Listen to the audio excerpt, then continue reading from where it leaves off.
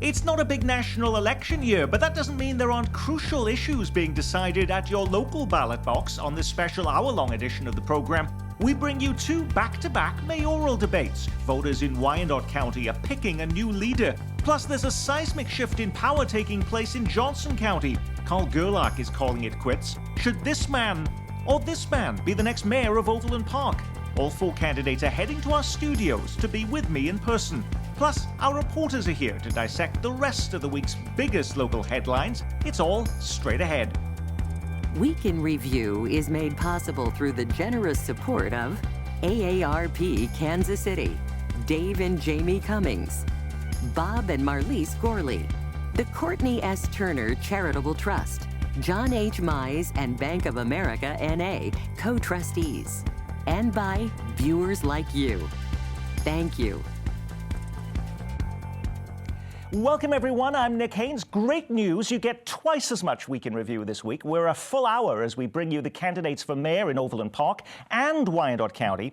And you get all the same analysis you come to expect from our reporters as we dissect the week's top local headlines. But first, cast your mind back 4 years. It was the most stunning local election upset of 2017. Longtime Wyandotte County Mayor Mark Holland ousted from office by a Rockhurst High School administrator by the name of David Alvey. 4 years later, Mayor Alvey wants your vote for a second term. Standing in his way is this man, Tyrone Garner, a former top leader in the Kansas City, Kansas Police Department. I'd like to start, if it's okay with you, with a trip down memory lane. This was our Week in Review show 4 years ago this week. Our city is a great place to live and raise a family, and I want to continue to improve it. I would suggest that this election is a referendum on Mark Holland's leadership. I feel like too many neighborhoods, too many small businesses, too many taxpayers feel neglected, they feel left out, they feel alienated. People feeling left out and neglected, you said 4 years ago. And if you go to the very top of your website today, I've been trolling your website, if it's okay with you, Mayor Alvey, and you say you're going to be improving the look, feel, and function of Wyandotte County and Kansas City, Kansas over the last 4 years. Name one thing you have done to improve the look, feel, and function of Wyandotte County since you've been mayor. Well, there's so many things we could really talk about. Our response to COVID. What would you say has been your biggest? Probably our response to COVID. You know, no one could have anticipated this. Really, no one could see what this would do. So immediately knowing what this pandemic could mean, because my mother actually was a public health nurse, had been the first public Wyandotte County nurse in the Wyandotte County jail. She understood how, you know, diseases spread and how you have to get out in front of these.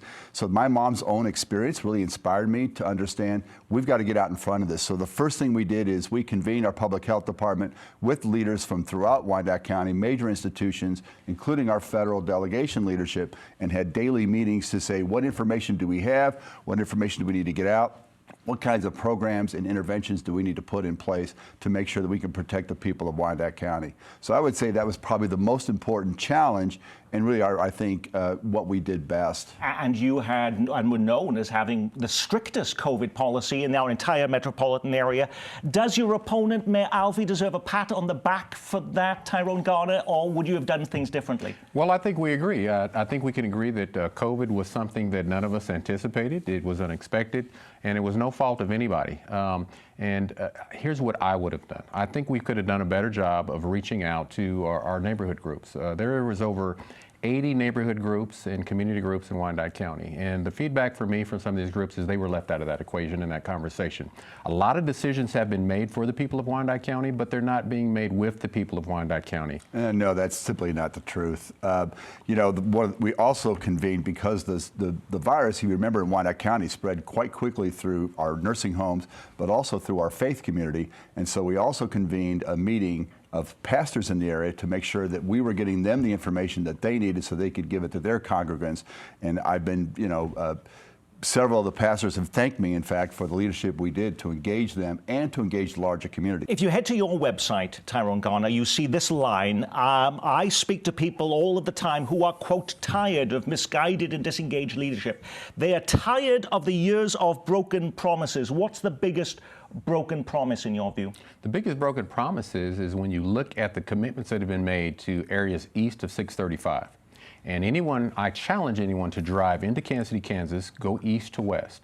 And you can see the difference. I call it economic segregation. When you go from east to west, you can see the blight. You can see the disinvested in areas.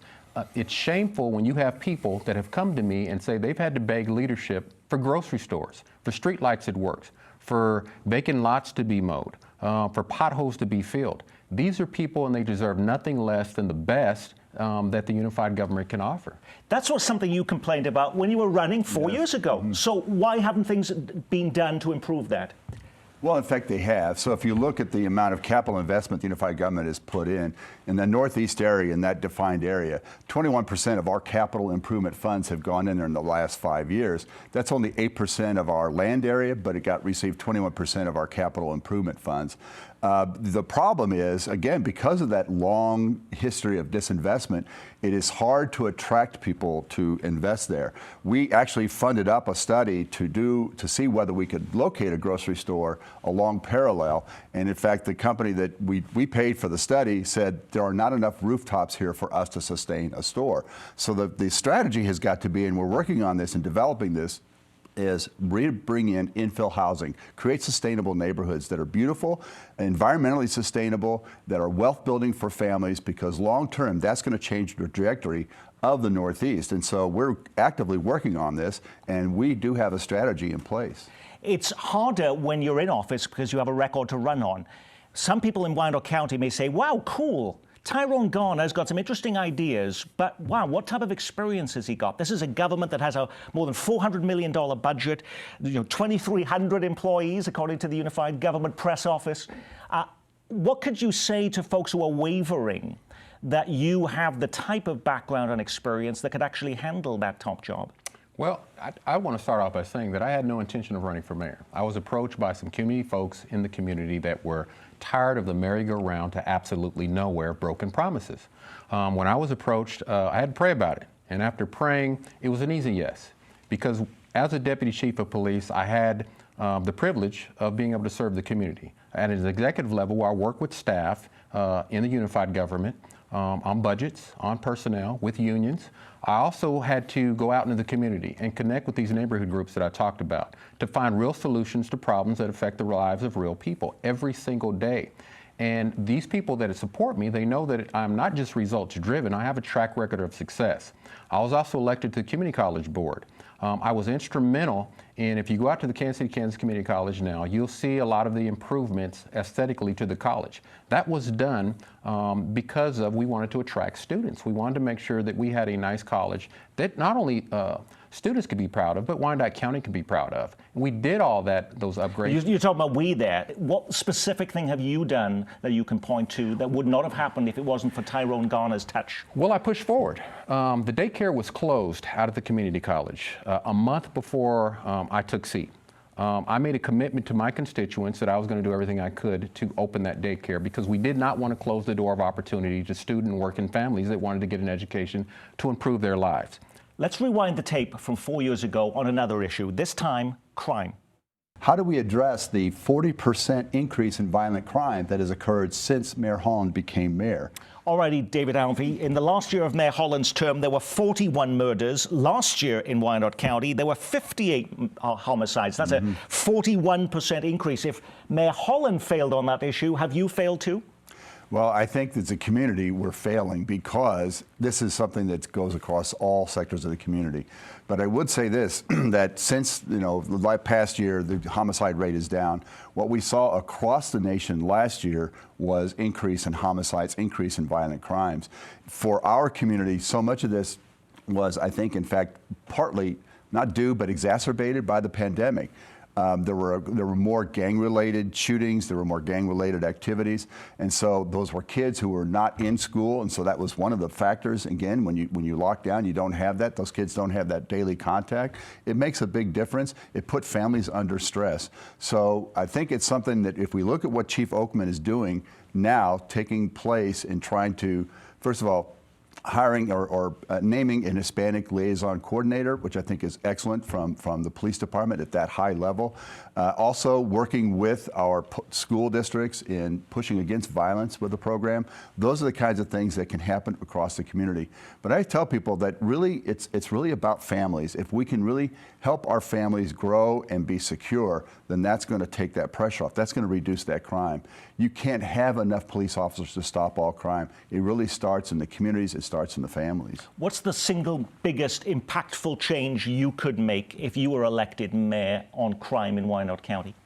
Well, I think the biggest impact is we need to get back to making sure that our law enforcement officers they're fully staffed and funded. They have the personnel to do the job that they need to do. And we need to get behind 21st century policing concepts that Barack Obama put out in his report a few years back.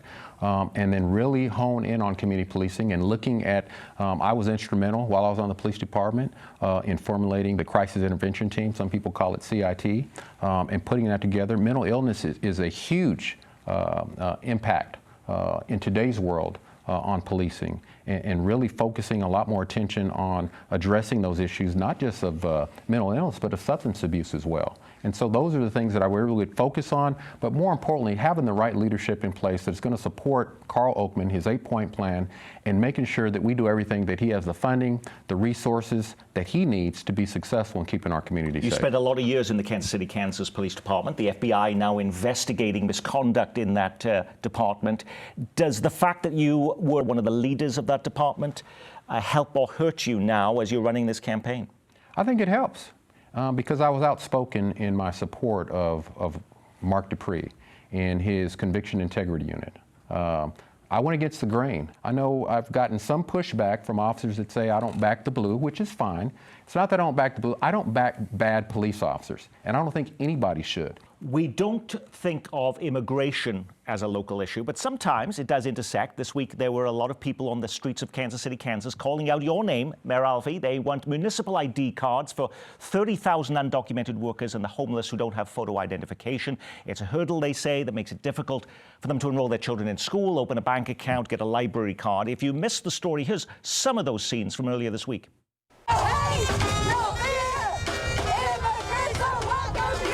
The Kansas City, Kansas community and a broad coalition of activist groups marched downtown. Many at the rally say they've been working toward this for nearly 5 years, but the unified government has stalled it out. It's been very slow. They're not making progress. It's avoidance. If they want to make progress, then you welcome people. Mayor Alfie, this is an election year. Why wouldn't you just say, okay, let's just do this. Let's just make this happen? Well, we are making it happen. I mean, this is what's disturbing to me is about the approach that these groups have taken is we have been meeting with them. Our attorney has been meeting with them on a regular basis over the past several months and trying to work out a program. What they're expecting is, I'm good with the municipal ID. If someone needs an ID to access services, we're good with that. We did a report in 2019 thoroughly about what would municipal ID look like. And so we actually had multiple options that we could to implement this. In fact, options that would allow people to become banked, get inside the banking system and be able to access financial services, which would be a great leap forward for many people. And so that was all ready to go. What came back was you have to, in fact, have an ordinance that would mandate non-compliance with immigration and customs enforcement. Well, the problem with that is we have multiple agreements, grants from the Department of Justice that the Commission has approved over the years and that I signed off on that require us to work with other federal agencies. We can't separate out any agency. It's federal law that prohibits that. We cannot go against that. Even our attorney cannot bring forward to us a proposal that would violate federal law. Now, again, they said that we cannot do a municipal ID unless we had that piece in there. Well, then that's a non-starter. So we continue to work with them. In fact, just 2 weeks, last week, our attorney met and then the protest came. It just seems to me to be a disingenuous process. You know, I went through your website and I actually didn't see municipal IDs listed on there. Is this a non-issue? It is an issue. And just to make it clear, I disagree with the mayor on that fact. I think what this community needs is leadership. I stand firmly behind safe and welcoming and making that an ordinance. I think what needs to happen is we need to get at the table, as a Mayor Garner, if I'm elected, I'm going to get at the table with these folks and I'm going to lead a blue ribbon panel to have that discussion. There are other cities that have done this. They've done it successfully. I'd like to go talk to their leadership and see how they've done that. And if the mayor, if what he's saying is true, that there's federal mandates in place, I want to take a second look at that and talk to these folks and say, how can we at least get something on the table that is going to push forward the will of the people? We have a huge immigrant population. We have folks that are homeless. We have folks that are poor. We have folks that have been recently released from being incarcerated. It would help all these folks at least be able to move forward in life in a positive direction. High on your website as a commitment is to streamline government. So what program or service that's currently offered in Wyandotte County would you cut or eliminate if you're elected? Well, I still think there's a lot of duplication of services. But before we can even get to talking about that, I want a full top-down independent audit of both the unified government and the BPU.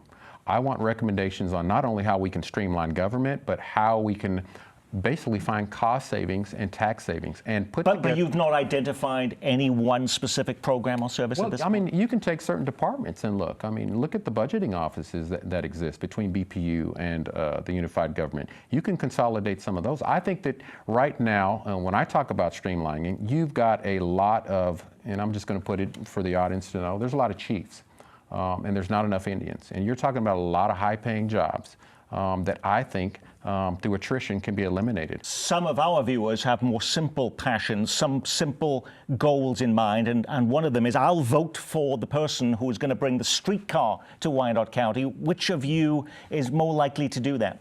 Mayor?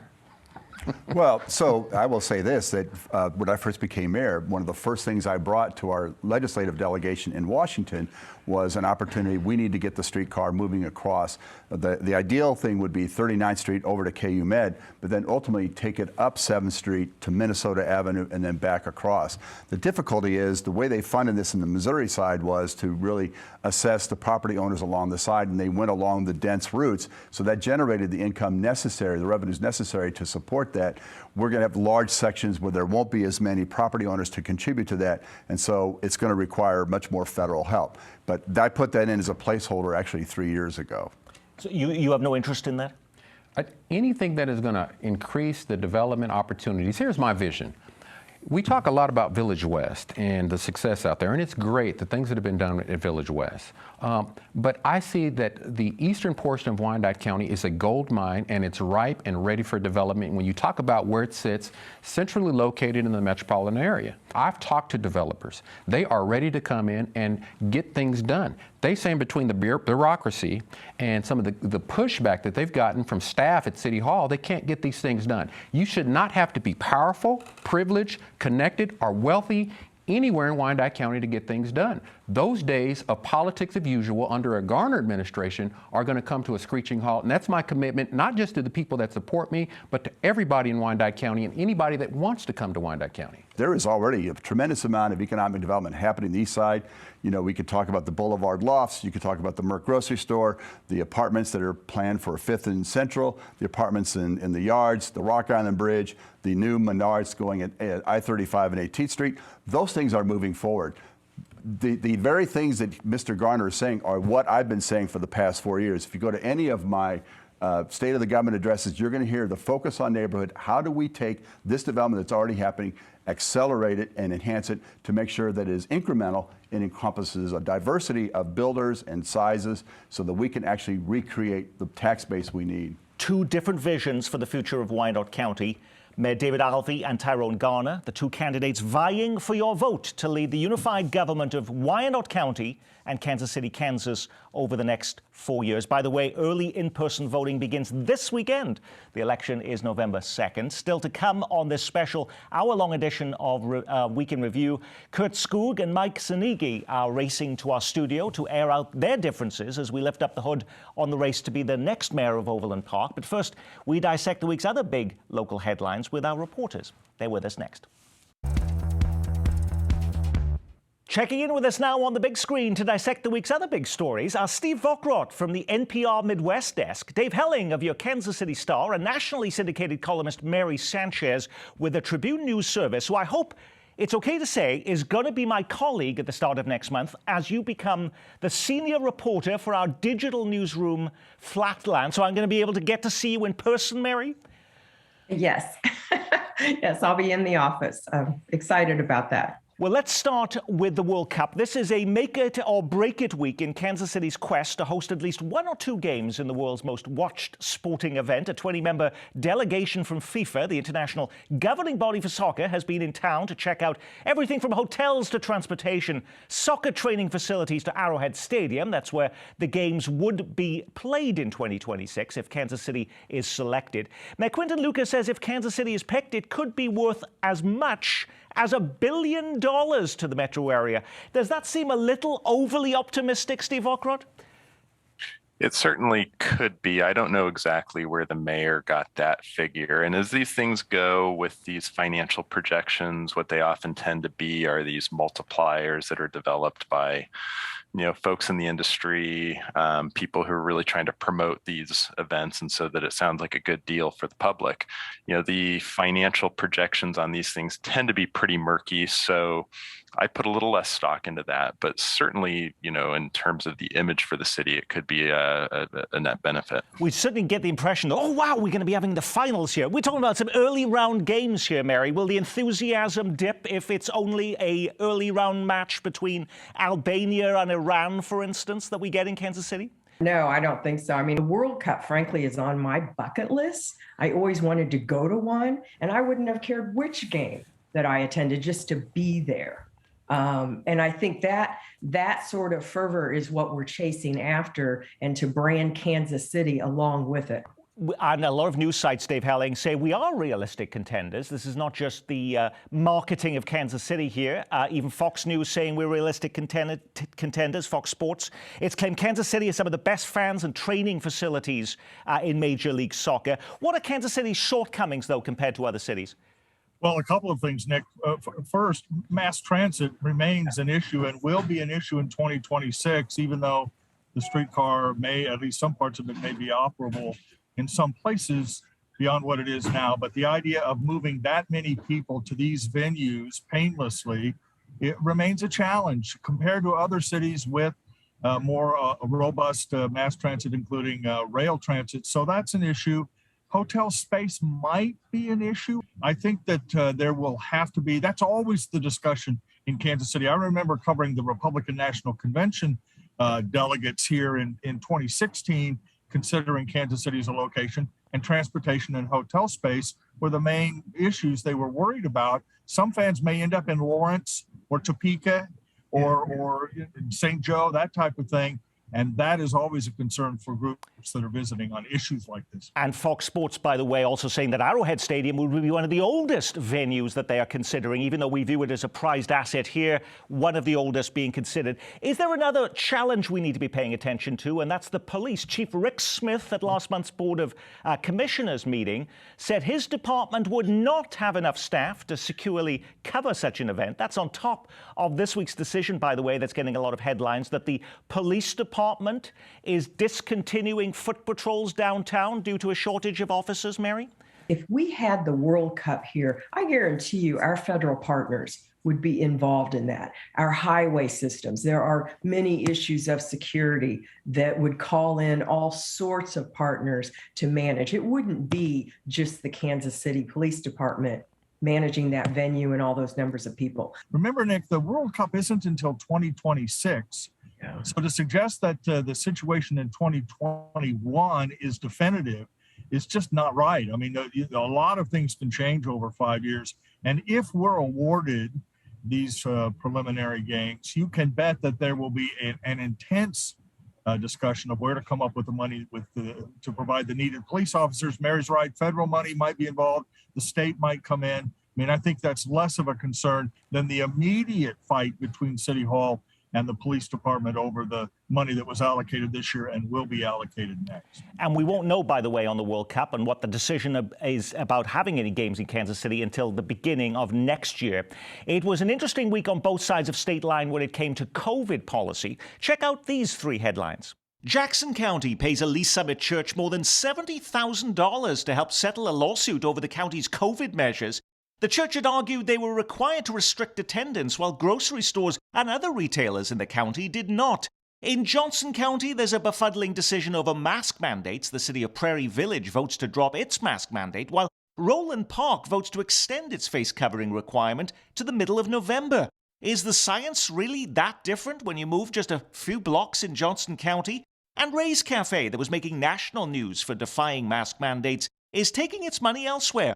After being forced to shut down, Ray's is moving from Blue Springs to Independence, where there is no mask mandate. Alrighty, 3 stories that test the scope and size of local COVID policies. Steve Bockrot, I mean, when you see things like Ray's Cafe moving from one place to another, I mean, is that just an isolated example? Are we seeing a lot of that going on now in our metropolitan areas as some people try to find places where there are more liberal COVID policies in place? Ray's is the kind of most striking and only example of its type that I'm aware of so far. And I think there's some politics. You know, the question that was posed in, you know, the voiceover is the science that different? And I don't think it's really a science issue. I think it's more of a political and kind of a social, cultural issue. I think there's some politicians who are kind of tired of dealing with it, and there's a balancing act between, you know, public health and just the political realm of these questions. So is that why you see such a big difference in the decision making of Prairie Village versus Roland Park, which is, you know, you can almost stretch your arm to get between the two places, and yet they take very different decisions about what to do with masks this week? Well, I mean, this is just an example of how tragic it has been, how COVID has played out, not only obviously in the deaths and the human suffering, but that it was politicized so early on. And therein, you know, now you've got differences between 2 jurisdictions that are really neighborhoods. There were 2 sets of contentious town hall meetings this week in Kansas City, and one of those was about redistricting. Show us a map.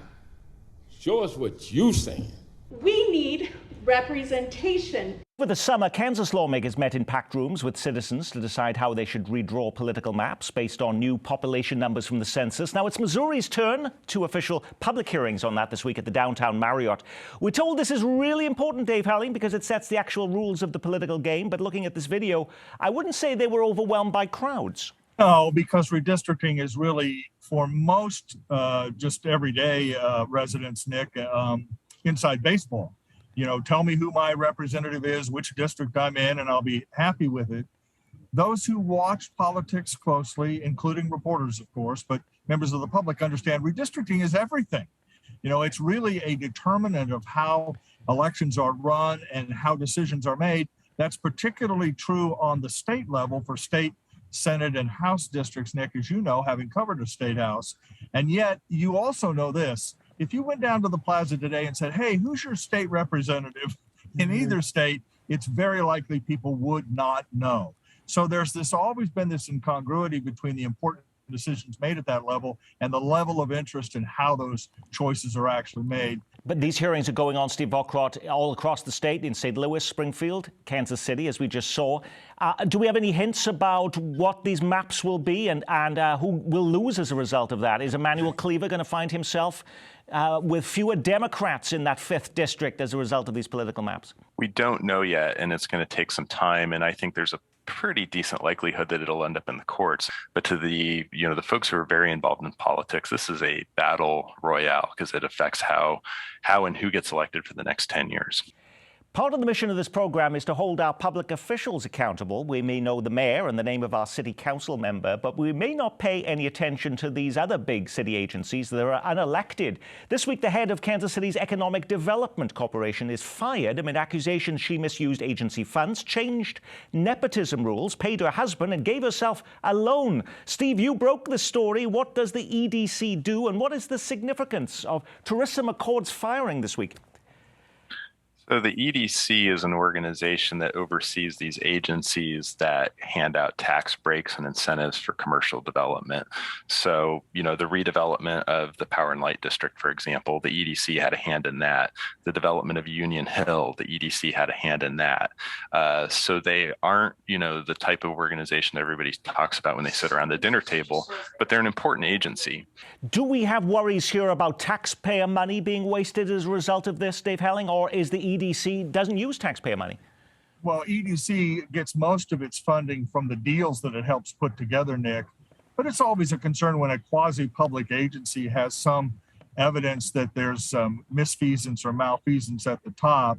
And more people, frankly, and I think Steve would agree with this, more people need to pay attention to what the EDC does, because those are the folks that are working on the incentive deals that become so controversial over time. We need to keep an eye on what's going on down there, which is the point of Steve's story and others about that agency.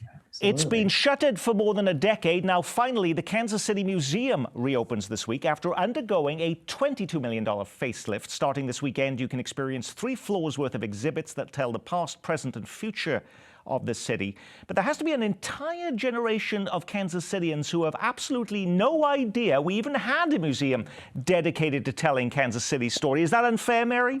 Oh, I think so, because it is a wonderful resource. I've heard from people that have already been through it that the remodel is absolutely beautiful. They wish that it was a little different in some ways, and maybe that'll change as they go forward. They wanted it to be a little bit more interactive. But one of the things about the museum is it's not only what is on display, it's their collections. And the Kansas City Museum is a treasure. I mean, they are holding and archiving so many things that are so important to Kansas City. So I hope it does become the place that every school kid makes the trip, the field trip there, to go through. Best of all, Dave Helling, it's absolutely free. But you have been a critic on this program before about museums and how they can continue to attract people. This is not, as Mary pointed out, one of those you're going to be touching buttons and doing all of these immersive, interactive experiences. Critical is probably the wrong way to put it, Nick. I'd say that I think that Kansas City, and by the way, the Kansas City Museum is a beautiful building. Keep that in mind. That mansion is just nice to look at and really part of Kansas City history. So it was worth saving, but we don't have a regular mechanism for making sure that all of our museum attractions not only are fully funded, but are able to rotate their exhibits, Nick. That's so important. You could go out to the Kansas City Museum once and think it's great. What's the reason to go back?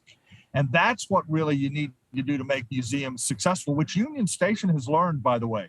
They rotate exhibits, they have new attractions. That gives people a reason to go back.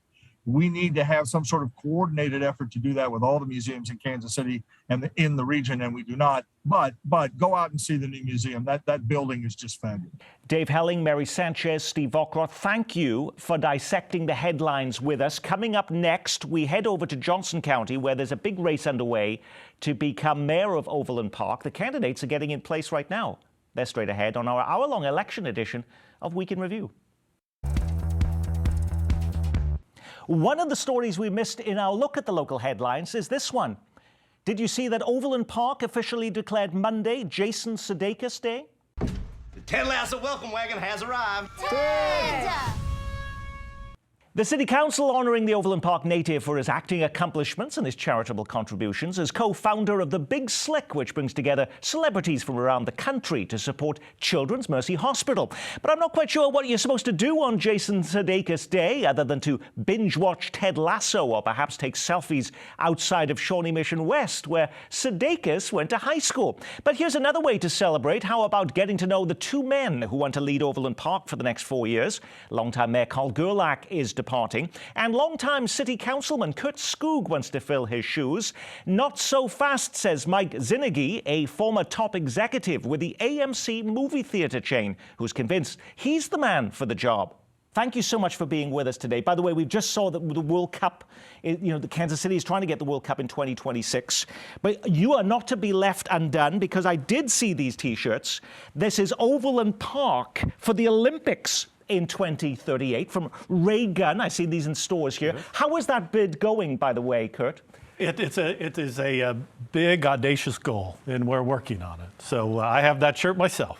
Now, I'm assuming, though, because you're against tax giveaways, Mike, that bringing the Olympics is not one of your priorities. I'm against tax giveaways for retail and apartments when businesses should be investing their own capital. For most of us just see your yard signs at this point, or the mailer that comes through. We don't know a huge about you. Let's start with you, Kurt Skoog. We have a sense for the last 16 years of Carl Gerlach. His height has made him very distinctive. In fact, he played for the NBA. He was with the Atlanta Hawks. How are you going to be a different mayor than Carl Gerlach? Or you'll be, some people say you're just going to be a status quo imitator of what Carl Gerlach has done. Well, I've been proud to been on the city council and been at the table with Carl for the last 16 years, building this incredible town, Overland Park. We just got ranked the 7th best place to live in America by Money Magazine. And this week by Livability, we got ranked the 3rd best place to live in America. And that has been based on working with the community to keep moving us forward. So I've been proud to be endorsed by Carl and his predecessor, Ed Eilert. But I'm a different generation and have a different, we're gonna build the city on the strengths that they've built and keep us moving forward. Beyond just being a councilman, I was looking through your bio, it says you're the Kansas City branch manager for IBTS, the Institute for Building Technology and Safety. There's a lot going on there. You probably need an expansion on your business card to go through that. But if I run into you in the cereal aisle of Price Chopper and ask you in 20 seconds or less what you do, what would you tell me? So we help small cities and counties provide services in planning and development and planning and zoning. Cities and counties that don't have city staff, we act as their city staff. Mike Zanecki, you were a top executive with the AMC movie theater chain. Some people say, how cool is that? But there could be a downside. Some people say, oh my God, is soda going to go up to $7 because you're going to be there? And is the Overland Park Council going to be in these reclining chairs with cup holders on them based on your experience with the theater chain? I don't think so. I hope soda doesn't go to $7 a cup. I enjoy my Diet Coke. The theater business has undergone a lot of change in the last few years with the studios, with supply chain issues, with production, with streaming, and it was an exciting job. I was there for 13 years. How is that background, though, helping you in your campaign to be mayor? Kurt Skoog has already been there for 16 years. He's seen what happens at City Hall, knows how it all operates. Sure. Aren't you at a disadvantage there? I don't think so. And from the messages I've received from the residents, as we've knocked on almost 28,000 doors since the beginning of this race. They like the idea of an outsider. They like the idea of a senior executive bringing business experience to City Council and giving it a different look. Some people have bristled at the idea that you have the Republican GOP elephant sign on your yard signs because this is supposedly nonpartisan races. You talk about wanting to be also about being a pro-life candidate, for instance, and talking about a lot of things that some people view as national issues. Why run for this office? Why not for the state legislature or Congress if you have so many passions in those areas? It's because of what you'd said earlier. The most important thing is what happens in your backyard. I've been a resident of Overland Park for 30 plus years, and my stay in Overland Park and how I got here is a little bit different than most people. We got married in Connecticut, lived there for several years, and had babies. I had a job that I traveled 5 days a week to different continents within the United States, so I could live anywhere. So we intentionally picked Overland Park. We looked at a number of cities where we had family, Louisville, Raleigh, Cincinnati, all across the country, and we picked Overland Park intentionally. We've lived here for 30 years, and it's a great place to live. As Kurt said, we've been rated 5 or 7, and it's a top city.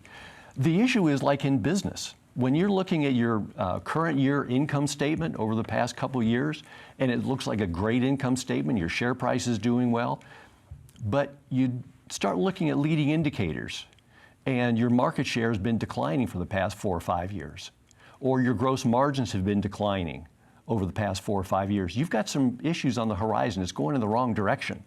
And that's where I think we are with Overland Park. It's been a great place to live, but with crime up, taxes up, infrastructure that's decaying, and rezoning and overcrowding, we've got some issues we need to address right here, right now, so that this is a great place for our children and grandchildren. What is the issue that most people in Overland Park are most concerned about? Now, according to a survey in May from the Overland Park Chamber, that was commissioned by the Overland Park Chamber, #1 issue, Kurt, was crime and drugs. In fact, that's one of the top items on your website, as it is on yours. But name one thing you would do to actually make neighborhoods in Overland Park safer if you were elected mayor. Well, The important thing to understand is the Overland Park overall crime rate is pretty much unchanged for 5 years. The violent crime increase that we have seen is almost extensively domestic violence, primarily from COVID and other issues. So I can tell you what I've done and what I'm going to continue to do. In the budget we just approved that Mike is against, we added 26 positions to the police department. 11 of those are for a behavioral health unit to help those with mental health challenges in our community that drive a high volume of our police activity. That will free up our other officers to be more proactive and be active in the streets. We've increased our police activity in response. COVID has moved criminals from parking lots at malls and grocery stores into neighborhoods. And so we're educating neighbors about locking their cars and getting their valuables out of their car, and we're increasing our police presence in those neighborhoods. And so we do not have a crime problem. My opponent thinks that our schools are unsafe. He's running a campaign of fear. We have the safest city, one of the safest cities in the country. We have the safest schools in the country. And we will continue to do that under my leadership as mayor. It is the top item on your website. It is the top item on the website. Let me make a couple comments about what Kurt had just said. He keeps referring to me being against the additional law enforcement and mental health. Couldn't be further from the truth. We need those law enforcement officers. We're still below the level we were in 2010 when they eliminated open positions. We have 259 versus 263. We need those law enforcement. We need mental health. I've always been for those. I've been against the way the city deceived the voters in how they wanted the 10% increase. There was plenty of money in that budget to cover them. So that's the first issue. The second issue is Kurt talks about the rise in violent crime, and it's true. He wants to look at only 2020, and that there was a significant rise in domestic violence. But if you look at the Kansas Bureau of Investigation numbers from 2016 to 2020, there's a 37% rise in violent crime, rape, murder, aggravated assault, and a 36% rise in property crime. Just 2 weeks ago. What specifically would you do then if you were mayor that is not being done now? Continue to increase the number of police officers we have on the force. The number of officers to residents is below where it was in 2010 because we've added 30,000 residents. I didn't think you liked tax increases. So how would you pay for those police officers? I don't know that we need a tax increase. How would you pay for it? What we need to do is go through the budget. The budget was not put together in the way that I would typically do zero-based budgeting as I was running multi-million-dollar budgets in business. What would be your biggest difference, the biggest difference in your approach than Carl Gerlach, who we've managed to see over the last 16 years? Well, I think the biggest difference between Carl and I is a generational change. I'm about building a community that is appealing to our grandchildren and children.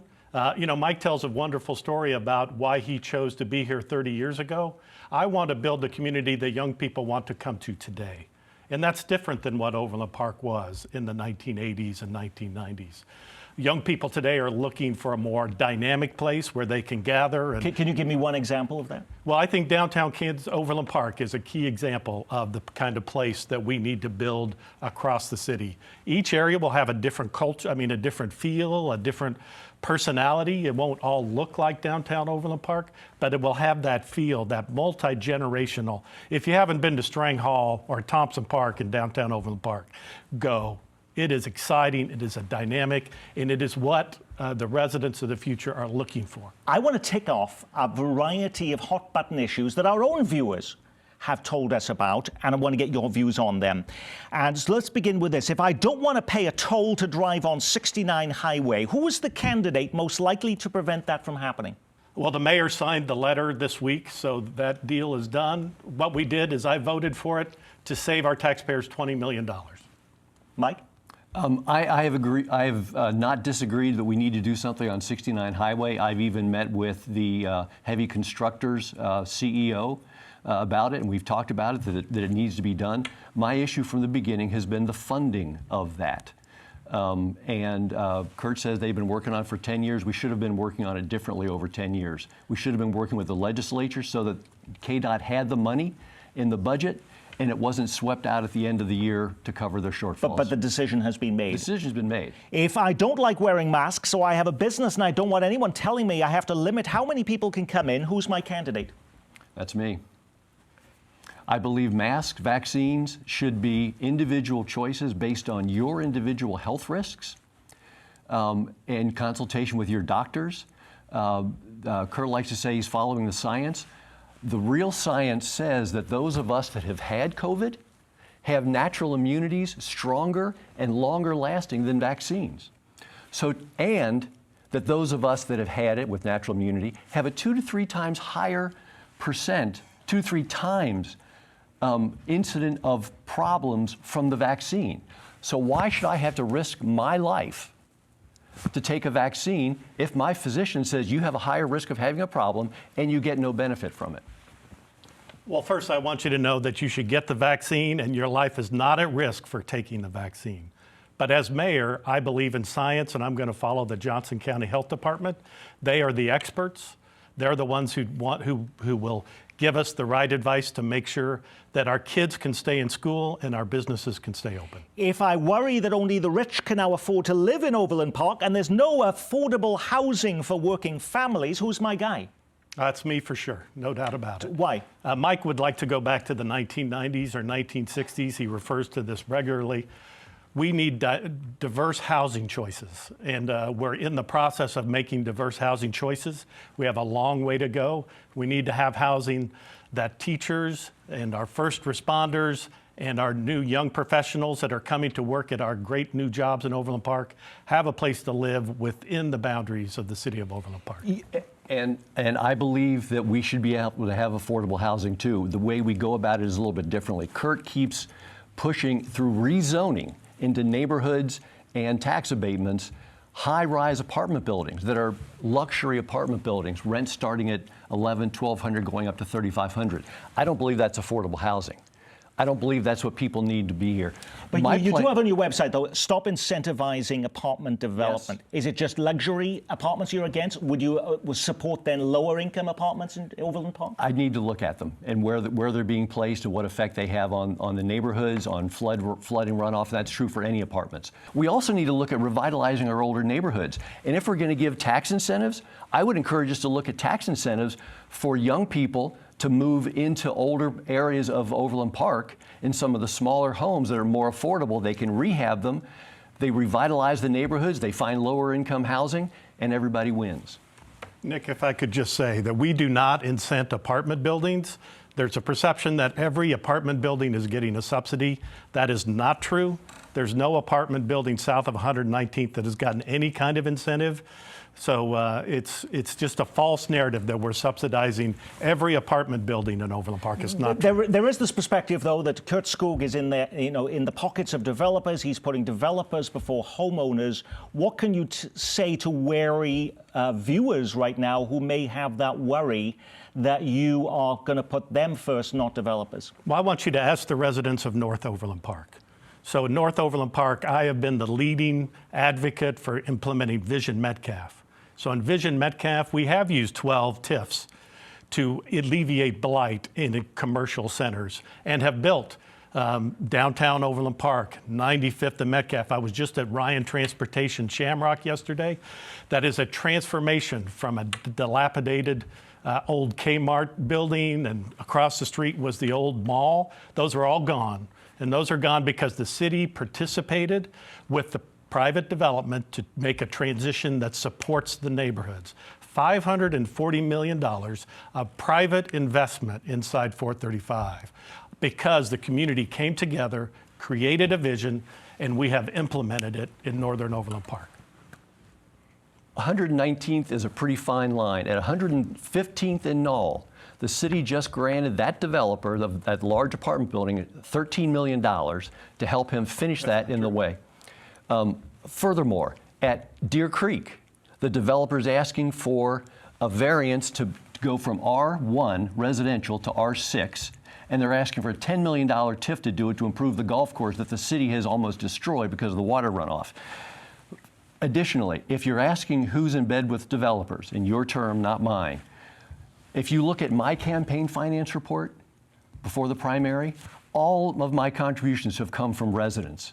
It looks like the white pages of Overland Park residents. If you look at Kurt's, over 60% of his campaign financing, over $30,000, came from commercial real estate agents, commercial developers, construction companies, civil engineering, and attorneys. Two of the largest legal firms have actually held either fundraisers for Kurt to raise money for him, or sent out emails to all the businesses in Overland Park asking for endorsements and money for them. Okay, I want to give you a chance to respond to that. So, you know, the reason that I get this support is because Mike has scared all development away from the city. The development community doesn't believe if Mike is elected that we will do any future development. And our city is built on continual investment. 80% of my donations are from Overland Park businesses and Overland Park residents. Mike can categorize them however he wants to categorize them. I have lots of friends who are attorneys. I have lots of friends who are in the development business. But that was before I was even on the council. Look at the results, 16 years. Look at Metcalf. I do want to clarify what he's talking. It's not $13 million to the apartment project at City Center, City Place. It is a sales tax exemption for construction materials. It is not $13 million. It's not, the city is not writing a check for $13 million to that developer. But we're giving up sales tax revenue for them to do it. While Overland Park was grabbing the headlines this week for officially declaring Monday Jason Sudeikis Day, guess what story from Overland Park was topping our headlines this time last year? Do you remember these stories? Some of them picked up nationally about how Overland Park was spending $350,000 of its federal COVID relief money on cameras for its soccer park. After a backlash, the city reversed course. But now you have real money to spend, more than $18 million from the federal government as part of the pandemic relief cash going to states and local cities. What is the number one best use for that money, Kurt Skoog? Well, so that's coming in two tranches. This year we got $9 million. Next year we're getting $9 million. And the $9 million this year has been focused on the parts of our community that have been hit hard by COVID. There's money for the tourism trade because our hotels have been hit. There's money for small businesses. And then there's money to fill back gaps within the city that were cut because of COVID issues. What would you put as the top priority for that money if you were mayor? Two things. One, I would look at the businesses that have been hurt by COVID and the lockdowns that we've had in the past, and also the city for this convention center that has been damaged. But I'd also start putting it into infrastructure. One of the biggest issues we're facing, we talk about chip seal, but that's the small issue. That's just what we see every day. The bigger issue is we have 150 lane miles of roads that can no longer be resurfaced. We can patch them, we can do minor repairs on them, but they need to be reconstructed according to the Public Works Department from September of 2020 in the City Council meeting. That's a backlog of $250 million of roads that need to be reconstructed in Overland Park. We need to start doing that. We have a couple of viewers who have one different passion for how they would decide between you. And they say, if I like the idea of the streetcar coming over to Kansas, do I even have a guy to vote for? Would either of you support an effort to bring the streetcar to Kansas, to Overland Park? Well, Nick, it's interesting. When we did the Vision Metcalf plan, the community came together and wanted to include what was thought of as that time as light rail on Metcalf. So the Vision Metcalf plan that I've been part of and an advocate for over 14 years includes the idea of what we would now probably call the streetcar in Metcalf. And so I'm the one because that is in the plan, and I will continue to have discussions along Metcalf. That wouldn't have a listening ear in your mayoral office? I definitely have a listening ear, and that's part of the difference between Kurt and I. I do have a listening ear. My primary platform has been listen to the voice of the residents, which we don't do in City Council anymore. And I would listen, I would look at the business case to do that, and I would ask the residents. I would want to see what their view is of connecting us with light rail, the costs of it, the pros and cons of doing it, and who's going to benefit from it. And if we do, we should do it. In the last couple of weeks, we've been hearing about a downtown ballpark. And Mayor Quinton Lucas says, you know, he'd only support that if we had constituencies on the Kansas side coming forward to help fund that. Would you have an open ear to the mayor on listening to that conversation? Absolutely. We need to look at what the business case is for it and how we can all benefit from that. The issue with the current Arrowhead and Kauffman Stadium, I mean, it is one of the finest sports complexes in the country. But when Kemper donated that land to Kansas City, it was a cheap way to build them because they didn't have to pay for the land. They want to move it downtown. The problem with where it is right now, people go in, they tailgate, they do whatever else, and they leave. There's no added business benefit to the businesses around it or the communities. If we can find a way so that all the communities benefit from it, I'd absolutely listen to it and consider it. Would you use your bully pulpit as mayor to support a downtown ballpark? Well, I'm also chair of the current Bi-State Commission, and I've been involved with the Mid-America Regional Council for the last 16 years, a past chair. So I have relationships and across the metropolitan area, and I think it's too early to know. I think we'll have to see how the project comes together and see what the benefits are for the entire metropolitan area, not just downtown Kansas City, Missouri. Congratulations, you have just been elected mayor of Overland Park. Well, thank you. You are now entering the mayor's office, and your first act, your first decision as mayor is blank. Well, the first decision that you have as mayor is to build a consensus among the new council, because the mayor doesn't have a vote. So the council makes votes. And so I will pull the council together, the new council, and find a consensus so that we can keep moving Overland Park moving forward. Mayor Senigi has actually just been elected, in fact, and they said yes to you, and you go into the mayor's office, and that first act or decision you make is what? I think we have to do a very similar thing. We have to find a way to work together. Part of the issue with the current city council is there's so much animosity between several of the players. It's no longer a high-functioning group. So we do need to work with them and find out who the new players are, how we need to work together, and what we need to do to listen to the residents to move our city forward. Kurt Skoog and Mike Senigi, thank you for showing us there is more to you than the 2-foot-wide cardboard yard signs on the side of the road. This election always seems so far away, but in person, early voting begins this weekend, and the election is not this Tuesday, but the Tuesday afterwards, so less than 2 weeks away. I'm Nick Haynes from all of us here at Kansas City PBS. Be well, keep calm, and carry on.